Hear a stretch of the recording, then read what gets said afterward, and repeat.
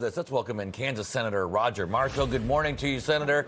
So, regardless of what happens in the House, the enhanced subsidies likely to expire, and the Senate probably will take up something early next year. Where are we stand right now with all this? Yeah, well, good morning, everybody. It feels like every day we take a couple steps forward and then we take a step backward. All your viewers understand that healthcare is in crisis thanks to Obamacare. Premiums have doubled. Out-of-pockets have went from $1,000 to $15,000 a year. Last week on the Senate floor, we offered two different bills. One, just to take care of the fraud of Obamacare, and the Democrats shot that down. Just the fraud, $25 billion of fraud we wanted to address. A second bill offering them a year extension in exchange for empowering patients, in exchange for taking part of that $150 billion a year we're sending insurance companies and giving it to patients. So right now, maybe we're treading water, but we're having discussions every day at the staff level, at the Senate to Senate level as well, with our friends across the aisle. I wouldn't bet we're going to get something done. We may need to turn to reconciliation. We'll see how we do in January.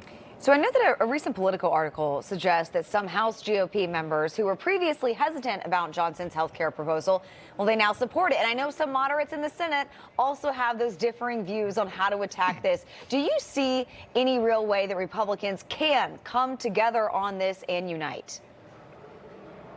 Yeah, I do. And I think that's where the Democrats are forcing us to. Remember, the Democratic Party does not want us to solve this problem. The Democrat Party would be happy if our country's in recession, if we were at war, and in complete disarray. But there's a handful of Democrats that would like to solve this problem. If we can't, then we turn to reconciliation, where we need 60 votes in the Senate. Look, the House bill doesn't really address the cost of health care for everybody, and it doesn't address fraud. It doesn't address transparency. It'll pass over there, but it's not going to be considered over here.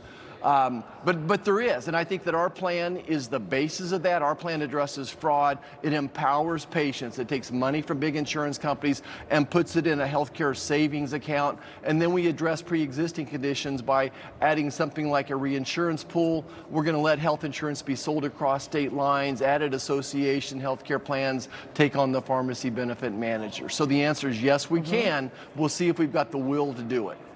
Yeah, I think you're kind of hinting at this. I mean, this is the plan. I think you referred to it as the Marshall Plan for health care, and it does combine a lot of things that Republicans have been talking about for a long time. The health savings accounts, association health plans, price transparency, as we see there with you on the screen, talking about that. Do you think there's any way that that can get to 60 votes in the Senate, or are you going to have to wait for reconciliation and do it with a straight party line vote, which is how Obamacare was passed, with 0 Republicans supporting Obamacare?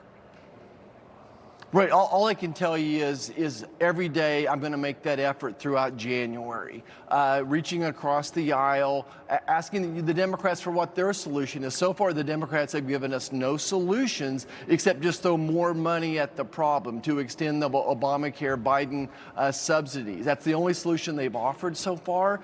Until we can get past fraud, I don't see how we get past anything else, but I'm going to give it my best effort. But at the same time, working towards a reconciliation package, which we can get done with 50 votes. Remember, typically things take 60 votes in the Senate, but we can do reconciliation. We can reconcile the budget with just 50 votes. And again, I'm going down both roads simultaneously.